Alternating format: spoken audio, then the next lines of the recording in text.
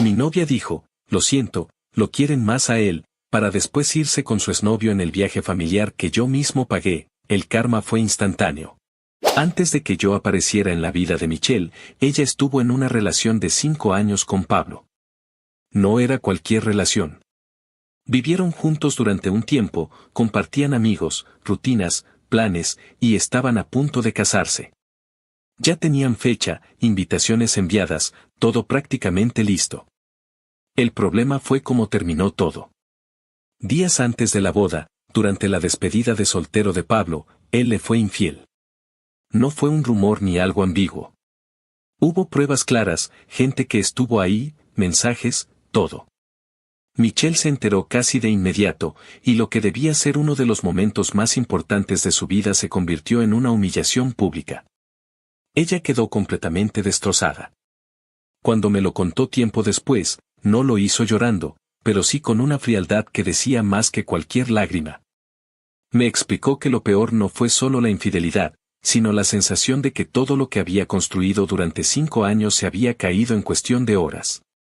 Pablo, por su parte, desapareció. No intentó pelear por la relación de forma real. Dio algunas explicaciones vagas, pidió perdón de forma superficial y luego se alejó. Al menos eso fue lo que Michelle me contó. Hasta ahí, la historia parecía bastante clara. Una relación larga, una traición, una ruptura definitiva. El problema real vino después. La familia de Michelle nunca terminó de soltar a Pablo. Y cuando digo nunca, es literal. Para ellos, Pablo no era solo el ex. Era casi como un miembro permanente de la familia. Lo admiraban, lo respetaban y, en cierto modo, lo justificaban. Pablo es médico cirujano. No cualquier médico, sino alguien que, según ellos, tenía una carrera brillante, reconocimiento y un futuro asegurado. Ese detalle, aunque nunca lo dijeron de forma directa al inicio, marcaba una diferencia constante en cómo lo veían a él y a cualquiera que viniera después. Incluyéndome. Recuerdo perfectamente la primera vez que conviví con la familia de Michelle. Fue en una comida bastante sencilla, nada especial en teoría. Yo iba nervioso, como cualquiera en esa situación, pero también confiado. Michelle me había dicho que, aunque su familia era un poco intensa, ella pondría límites si era necesario. Al principio todo fue cordial. Preguntas típicas, a qué me dedicaba, cuánto tiempo llevaba con Michelle, cómo nos conocimos. Yo trabajo en una agencia de viajes. No es algo que me avergüence, al contrario, me gusta lo que hago.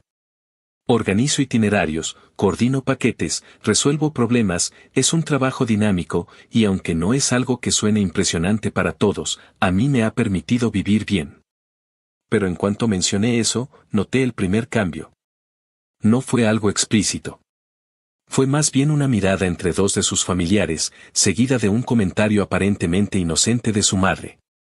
Ah, interesante. Pablo también viajaba mucho, pero por congresos médicos. No respondí nada. Solo asentí. No quería empezar con tensiones. Michelle, por su parte, intervino de inmediato y cambió el tema. Fue sutil, pero se notaba que ya conocía ese patrón. Esa no fue la única vez. Hubo otra ocasión, unas semanas después, en una reunión familiar más grande. Estábamos conversando sobre planes a futuro, metas, ese tipo de cosas. Uno de sus tíos, sin ningún tipo de filtro, soltó. Bueno, lo importante es que Michelle siempre ha tenido buen gusto. Pablo era un gran partido, y bueno, ya veremos cómo resulta todo ahora. No lo dijo mirándome directamente, pero no hacía falta. El mensaje estaba claro. Antes de que yo pudiera reaccionar, Michelle se giró hacia él y respondió, con un tono firme que no le había escuchado antes. Tío, ya basta. Pablo es pasado. Estoy con Abel ahora, y eso es lo que importa. Hubo un silencio incómodo después de eso. Nadie dijo nada por unos segundos, hasta que alguien cambió de tema. Ese tipo de situaciones se repitieron más de lo que me gustaría admitir. Comentarios disfrazados de halagos hacia Pablo, comparaciones indirectas, insinuaciones sobre estabilidad, éxito, nivel de vida, todo muy bien envuelto, pero constante. Y sin embargo, Michelle siempre estaba de mi lado. Cada vez que alguien cruzaba la línea, ella intervenía. A veces de forma suave, otras más directa. Pero nunca me dejó solo frente a su familia. Eso es algo que debo reconocerle. Por eso, durante mucho tiempo, decidí tolerar la situación. Pensaba que, con el tiempo, las cosas cambiarían. Que si veían que la relación era estable, que yo la trataba bien, que había compromiso, eventualmente dejarían de compararme con alguien que, al final, la había traicionado. Pero también había algo más. Yo sabía que, en el fondo, no competía solo contra una persona, sino contra una idea. Pablo no era solo el ex. Era el ex idealizado. El que tenía una carrera impresionante, el que había cometido un error, el que, según ellos, merecía una segunda oportunidad. Y yo era simplemente el que llegó después. Aún así, decidí hacer algo al respecto. No confrontarlos directamente. No entrar en discusiones. Eso solo habría empeorado las cosas. Mi forma de enfrentarlo fue otra, demostrar, con acciones, que yo también podía estar a la altura. No en términos de profesión, porque eso sería absurdo. No voy a convertirme en médico para impresionar a nadie. Pero sí en términos de compromiso, de estabilidad, de intención real con Michelle.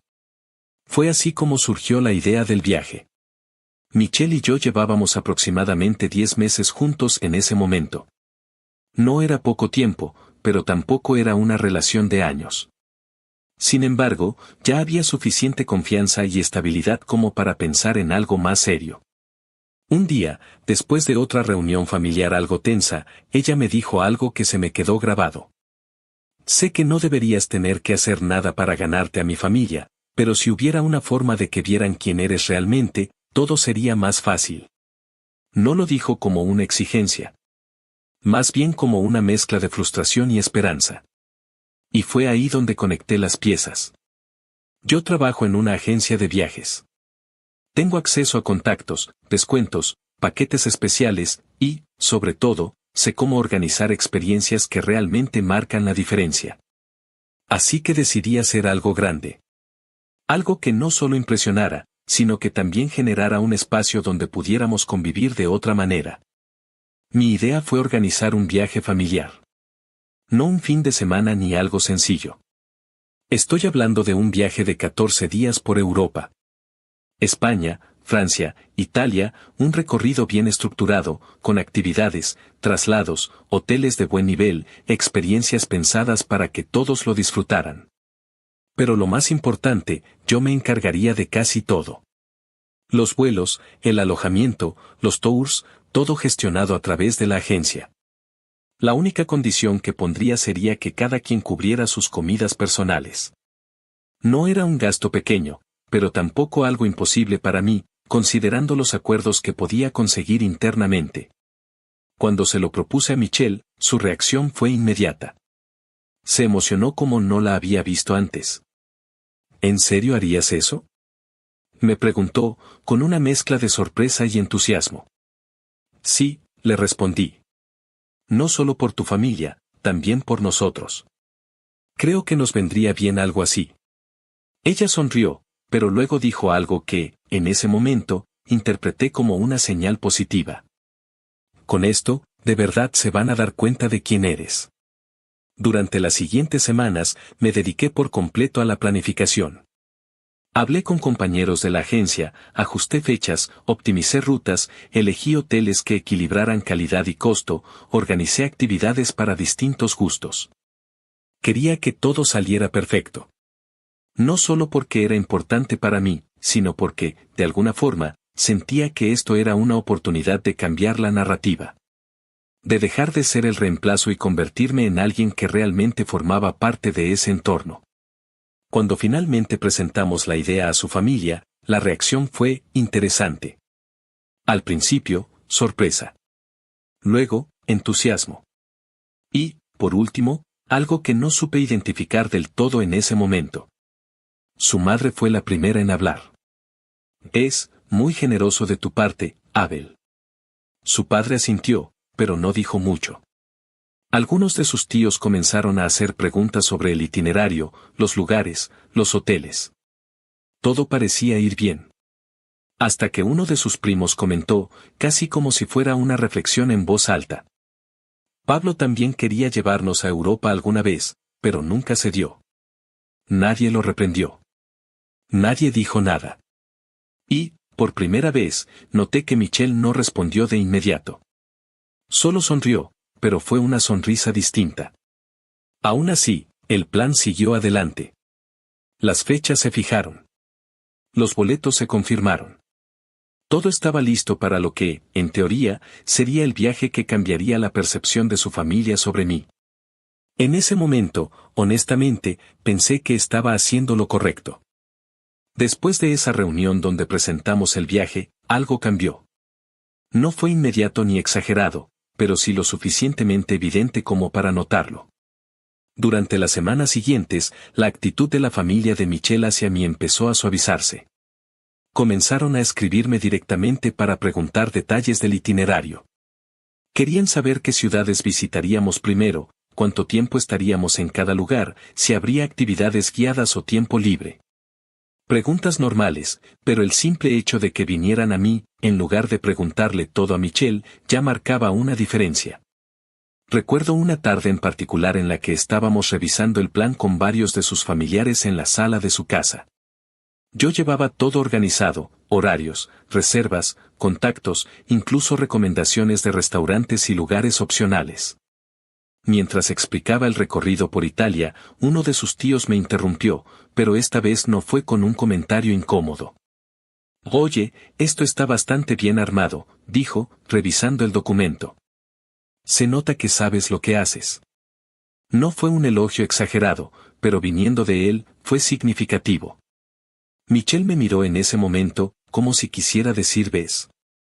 No dijo nada, pero su expresión lo decía todo. Ese tipo de interacciones comenzaron a repetirse. Su madre empezó a tratarme con más cercanía. Ya no había ese tono distante o evaluador en cada conversación. Incluso en una ocasión me preguntó directamente cómo funcionaba mi trabajo, algo que antes nunca había mostrado interés en saber. Pero el cambio más claro vino de su tía. Ella había sido, desde el inicio, una de las personas más críticas. Siempre tenía algún comentario indirecto, alguna comparación disfrazada de consejo. Sin embargo, unas 2 semanas antes del viaje, se acercó a mí durante una reunión familiar y me pidió hablar a solas. No voy a negar que pensé que sería otra conversación incómoda. Pero no fue así. Abel, me dijo, quiero decirte algo. Su tono era serio, pero no hostil. Creo que te hemos subestimado. No respondí de inmediato. Preferí escuchar. Cuando Michelle nos habló de ti, bueno, todos teníamos una idea muy marcada de lo que ella había tenido antes, continuó. Y supongo que eso nos hizo juzgar sin realmente conocerte. Hizo una pausa breve antes de seguir. Esto que estás haciendo, no es poca cosa. No cualquiera organiza algo así, ni tiene la disposición de hacerlo por la familia de su pareja. La miré, tratando de entender si había algo más detrás de sus palabras. Solo quería que lo supieras, añadió. Tal vez no lo hemos demostrado, pero lo estamos valorando. Le agradecí, de forma simple. No quise hacerlo más grande de lo necesario. Pero esa conversación me dejó algo claro, las cosas estaban cambiando. No de forma perfecta, ni completa, pero sí lo suficiente como para darme cierta tranquilidad.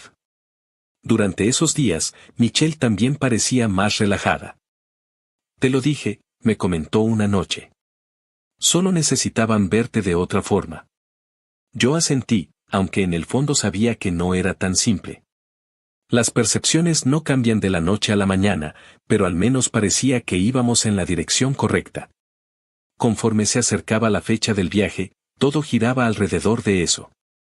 Confirmaciones, listas, recordatorios, ajustes de último momento, era un proceso constante, pero lo tenía bajo control. Mi compañero de la agencia, Daniel, fue clave en todo esto. Él me ayudó a asegurar que cada detalle estuviera cubierto. Hermano, si esto sale bien, te van a adoptar, me dijo en tono medio en broma una vez. Yo me reí, pero en parte esperaba que tuviera razón. La noche antes del viaje fue particularmente intensa. Había tenido un día pesado en el trabajo. Últimos pendientes, confirmaciones finales, llamadas, todo lo que normalmente se acumula antes de un proyecto importante. Llegué a casa bastante tarde, cansado, pero con esa sensación de haber cerrado todo correctamente. Michelle estaba ahí. Ya tenía casi todo listo. ¿Listo para mañana?, me preguntó. Sí, pero muerto de sueño, le respondí. Ella sonrió ligeramente. Entonces duerme. Yo termino de alistar unas cosas. Antes de acostarme, le dije algo que, en retrospectiva, se quedó demasiado grabado en mi cabeza. Oye, despiértame temprano, por favor. Ya sabes que tengo el sueño pesado. Sí, no te preocupes, respondió. Yo me encargo. No dudé de eso ni un segundo.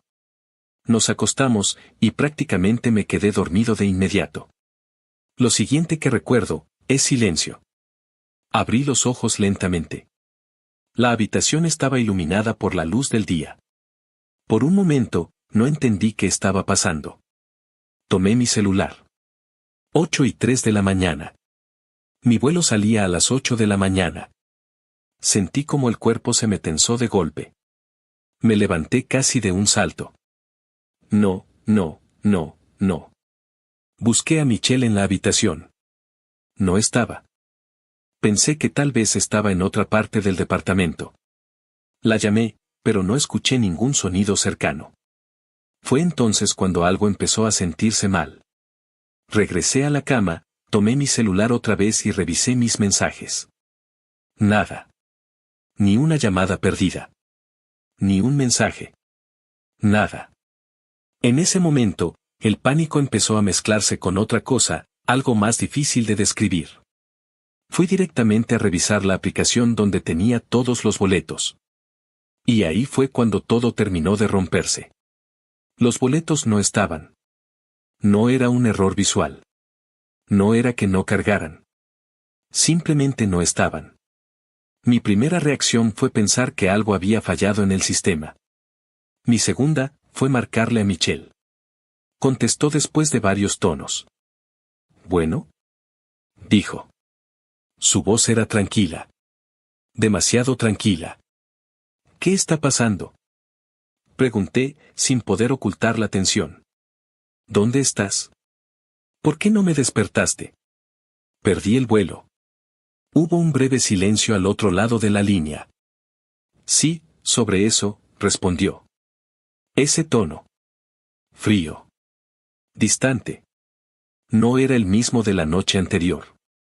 ¿Qué significa sobre eso?, insistí. Otra pausa. No te desperté, dijo finalmente. Sentí como si el tiempo se detuviera un segundo. ¿Cómo que no me despertaste?, pregunté. Te lo pedí explícitamente, Michelle. Lo sé. Entonces, ¿por qué? No terminé la frase. Porque en ese momento, algo dentro de mí ya empezaba a entender. Porque al final, la familia no quería que fueras tú, dijo. No levantó la voz. No hubo emoción en sus palabras. Solo una afirmación directa. ¿Qué? Fue lo único que pude decir. Querían que fuera Pablo. Ese nombre. Después de todo. Después de todo lo que había pasado, de todo lo que yo había hecho, volvía a aparecer. ¿Estás hablando en serio?, pregunté, sintiendo como la frustración comenzaba a subir. ¿Me estás diciendo que me dejaste aquí, para llevarte a tu ex? No es así, respondió rápidamente. Solo, las cosas se dieron. ¿Las cosas se dieron?, repetí, incrédulo. ¿Qué significa eso? Y entonces lo dijo. Sin rodeos. Lo llamé. Sentí un vacío inmediato en el estómago. ¿Lo llamaste? Sí. ¿Y él qué? Aceptó. No supe qué decir durante unos segundos. ¿Cuándo pasó esto?, pregunté finalmente. Hace unos días. Eso fue lo que terminó de encajar todo. Las actitudes. Los silencios. Esa sonrisa que no respondió el comentario de su primo. Todo. ¿Y no pensabas decirme? Pregunté, ahora con un tono más bajo, más contenido. No sabía cómo. ¿No sabías cómo? Repetí. Michelle, organicé todo este viaje. Todo. ¿Y tu solución fue, no despertarme? Hubo un silencio más largo esta vez. Y entonces dijo la frase que, honestamente, todavía no logro procesar del todo. Lo siento, lo quieren más a él. Así, sin más. Como si eso lo explicara todo. Como si fuera suficiente. Antes de que pudiera responder, colgó. Me quedé mirando el teléfono, sin moverme. No sé cuánto tiempo pasó. 1 minuto, tal vez 2. Luego reaccioné. Llamé a Daniel, mi compañero de la agencia. Contestó casi de inmediato. ¿Qué pasó? ¿Ya estás en el aeropuerto? No, respondí. Necesito que revises algo ahora mismo. Le expliqué rápidamente la situación. Hubo unos segundos de silencio mientras él verificaba. A ver, dame un segundo, dijo. Se escuchaban teclas de fondo. Sí, aquí está todo, continuó. Los boletos fueron utilizados. Todos. Sentí un golpe seco en el pecho. ¿Todos? Sí. El sistema los marca como abordados. Pensé que tú ibas con ellos. Cerré los ojos por un momento. No, dije finalmente. No fui. ¿Qué? No le di más detalles en ese momento. Colgué. Y volví a marcarle a Michelle. Tardó más en contestar esta vez. ¿Qué quieres ahora? Dijo. Ese tono ya no tenía nada de neutral. Quiero que me expliques todo, respondí. Bien. No hay mucho que explicar. Claro que lo hay, dije, ahora sin intentar contenerme. Me dejaste fuera de un viaje que yo organicé, que yo pagué, para llevarte a tu ex. ¿Y me dices que no hay nada que explicar? Baja la voz, respondió. No estás entendiendo. Entonces haz que entienda. Hubo un silencio breve. Esto era importante para mi familia, dijo finalmente. Y ellos se sienten más cómodos con él. ¿Y tú? Pregunté. ¿Tú también? No respondió de inmediato. Y ese silencio dijo más que cualquier palabra. Fue en ese momento cuando algo dentro de mí cambió. La sorpresa se convirtió en enojo. Y el enojo, en decisión. Colgué. Me quedé de pie en medio de la habitación, mirando alrededor como si todo fuera ajeno. Y entonces lo decidí. No iba a quedarme así. No después de esto. Iba a hacer algo al respecto. Tenía claro algo, ese viaje no iba a desarrollarse como si nada hubiera pasado. Tomé el teléfono y llamé a Marco, mi colega en Italia. Él era quien se encargaría de recibirlos en el aeropuerto y coordinar todo allá, transporte, llegada al hotel, primeros tours, básicamente, el enlace entre lo que yo había planeado y lo que iba a ocurrir en destino. ¿Abel? Respondió. Estoy listo por aquí. El vuelo aterriza en unas horas. ¿Todo bien? No, le dije directamente. Nada está bien. Le conté todo. Sin adornos, sin pausas innecesarias. Le expliqué que no me despertaron, que me dejaron fuera, que llevaron a Pablo en mi lugar. Hubo un silencio pesado al otro lado. No puede ser, dijo finalmente. Sí puede. Y pasó. ¿Y qué quieres hacer? Cancela todo, respondí. Tours, hoteles, transporte, todo lo que se pueda. Puedo hacerlo, dijo. Pero.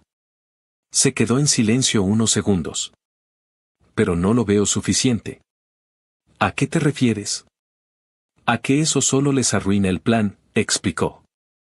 Pero después de lo que hicieron, no sé, se siente corto. No respondí.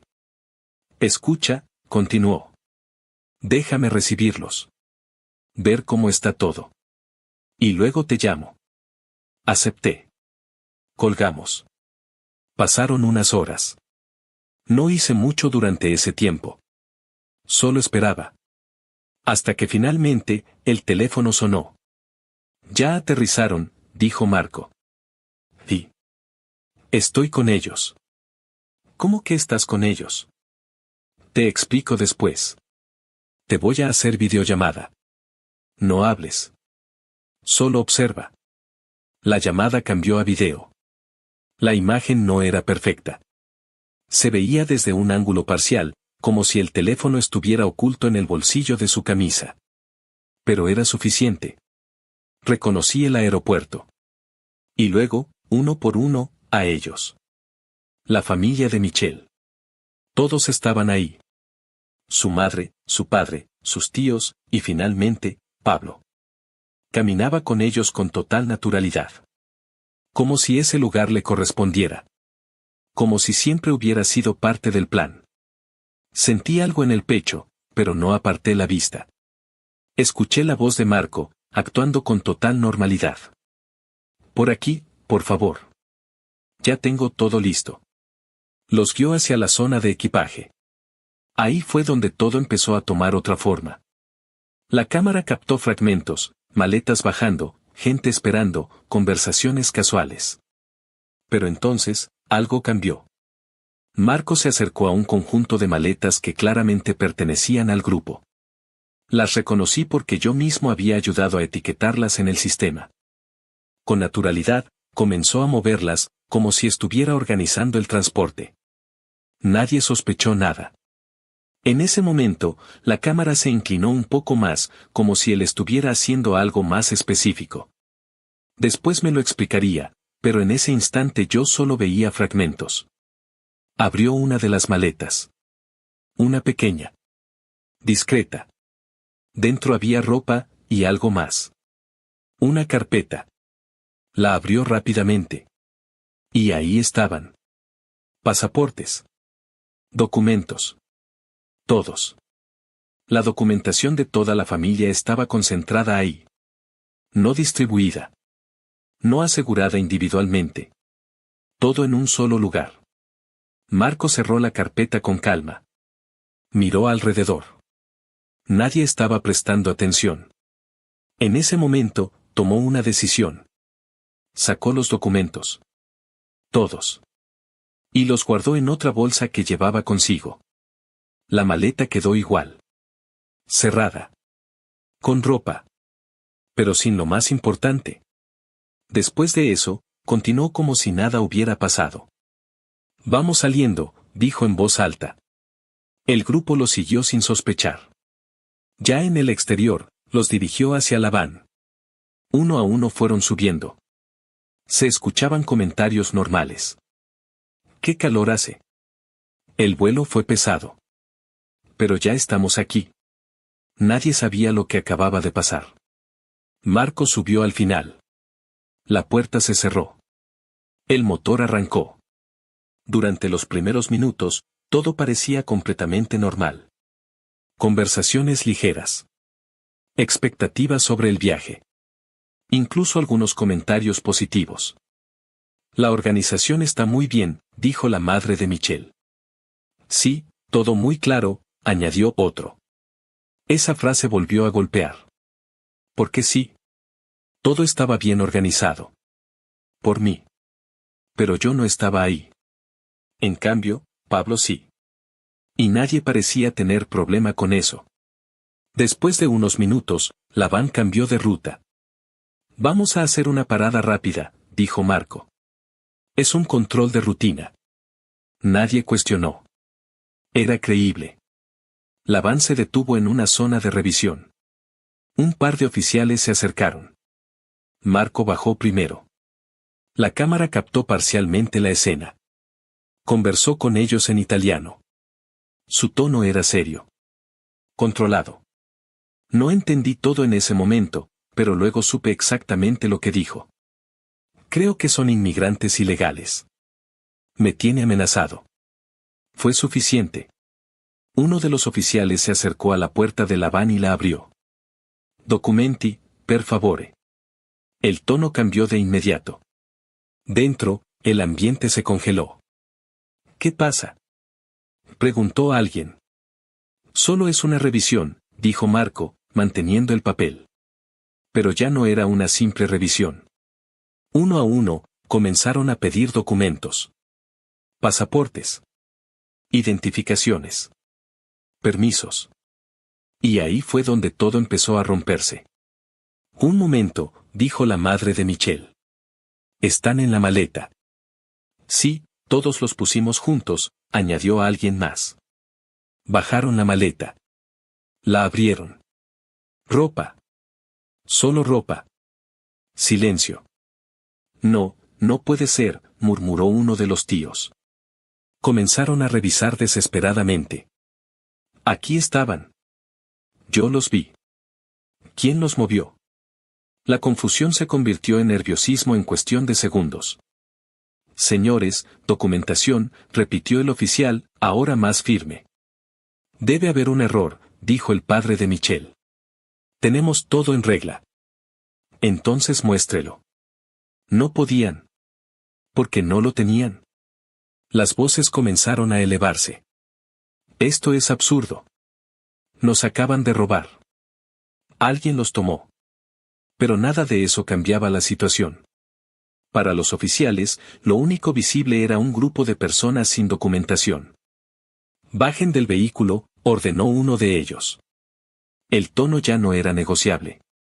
Uno a uno, comenzaron a descender. La cámara captaba fragmentos caóticos. La madre de Michelle empezó a llorar. Esto no puede estar pasando. El padre intentaba mantener la calma, pero su voz temblaba. Uno de los primos comenzó a discutir con los oficiales. Esto es un abuso. Silencio, respondieron.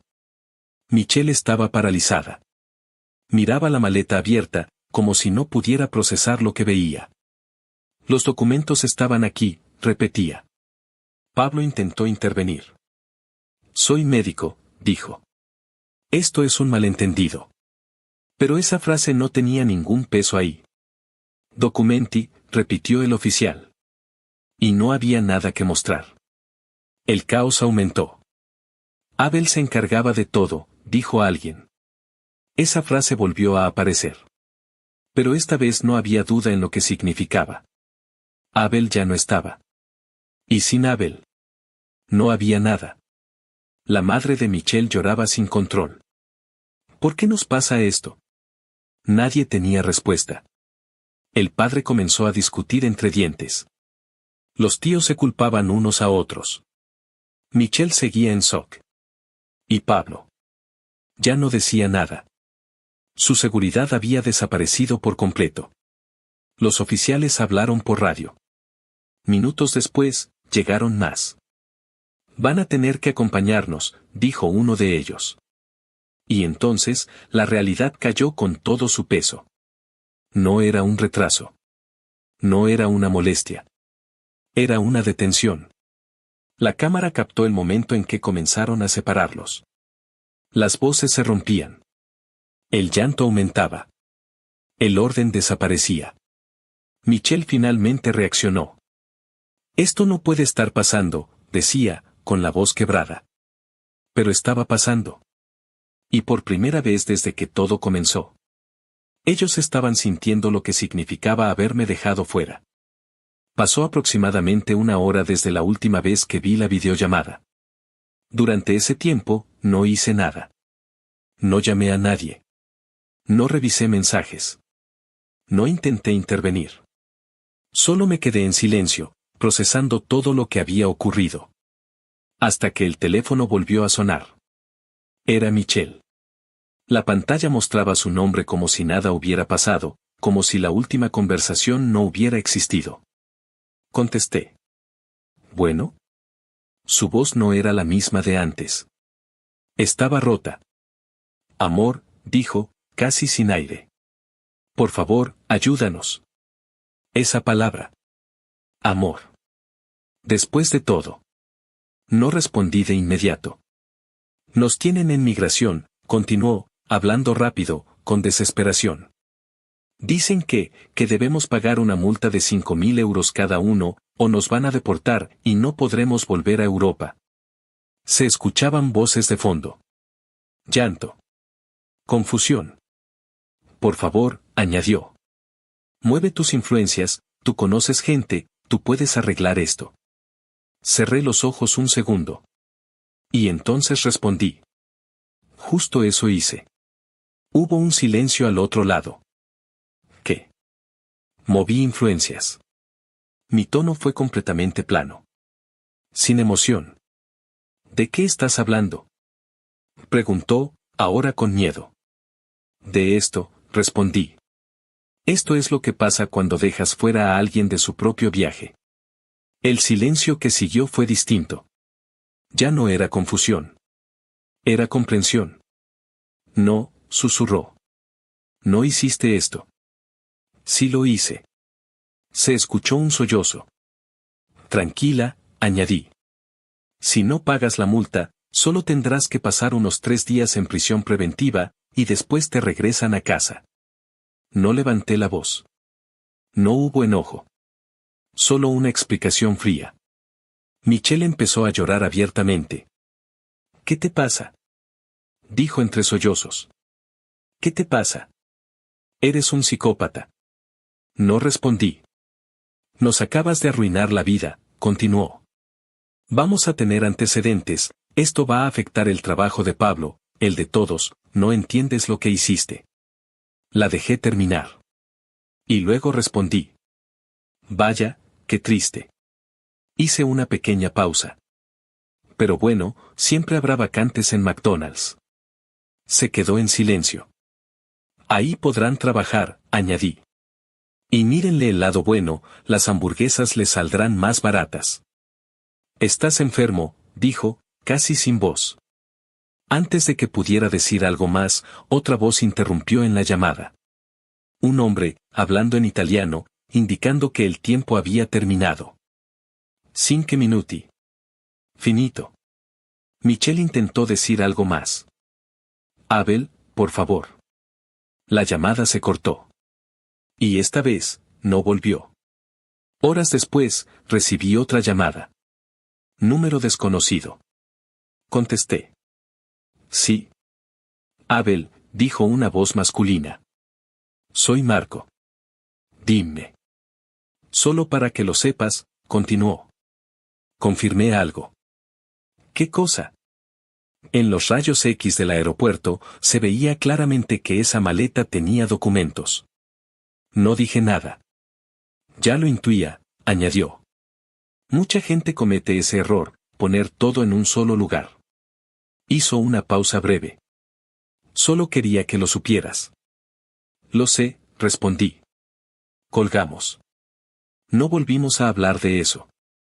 3 semanas después, todo terminó de cerrarse. O al menos, eso creí. Era un día normal. Estaba en casa, intentando retomar la rutina. Hasta que tocaron la puerta. Fuerte. Insistente. No era una visita casual. Me acerqué y miré por la mirilla. Y ahí estaban. La familia de Michelle. Varios de ellos. Sus padres. Algunos tíos. Primos. No todos, pero suficientes. Abrí la puerta lo justo. ¿Qué quieren? Pregunté. No hubo saludo. No hubo introducción.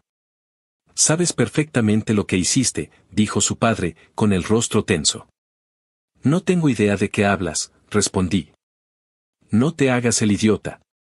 Intervino uno de los primos, dando un paso al frente. Todo esto fue por tu culpa. Les repito, dije. No sé de qué están hablando. Las voces comenzaron a elevarse. Nos detuvieron. Nos trataron como criminales. Perdimos dinero. Pablo tuvo problemas en su trabajo. Esto no se va a quedar así. El ambiente empezó a escalar rápidamente. Uno de los primos se acercó demasiado.